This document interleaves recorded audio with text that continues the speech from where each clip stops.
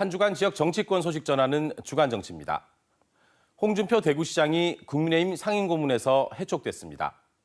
지난 13일 국민의힘 최고위원회의에서 내린 결정인데요. 지방자치단체장이 당 상임고문을 겸직한 사례가 없다는 등의 이유였지만 뭔가 석연치 않습니다.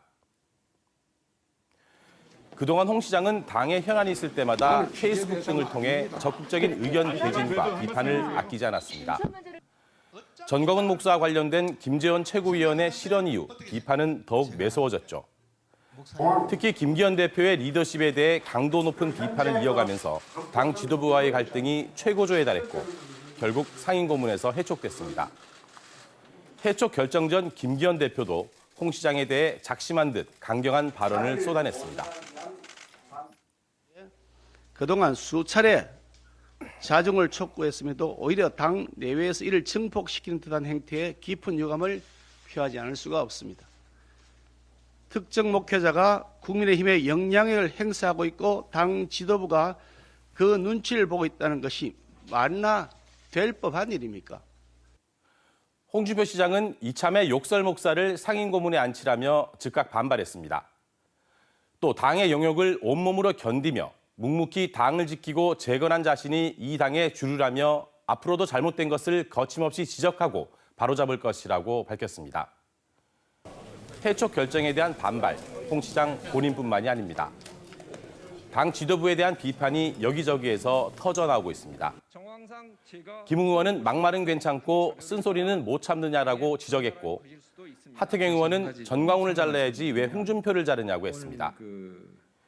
비윤계를 중심으로 반발이 확산되면서 윤심 개입 논란으로까지 번지는 모양새입니다. 발단은 지난 9일 홍 시장이 참석한 한 방송사의 TV토론이었습니다. 이 토론에서 홍 시장은 국민들이 정치력 없는 대통령을 뽑았는데 어떻게 하나 물릴 수도 없다라고 발언했는데요. 이 발언을 듣고 대통령실이 격분해 홍 시장의 해촉을 지시했다는 겁니다. 윤심 개입 논란이 확산되면서 당내 비윤계의 목소리도 점점 커지고 있습니다. 윤심을 따르기 위해 유승민, 나경원에 이어 홍준표 지지층까지 쳐내면 국민의힘 지지층에는 누가 남겠느냐는 목소리도 있습니다. 원조 비윤으로 다시 소환된 유승민 의원. 최근 전광훈 목사에 관해 홍 시장이 했던 말이 다 맞고 당이 잘못하고 있다며 홍 시장의 편을 들었습니다.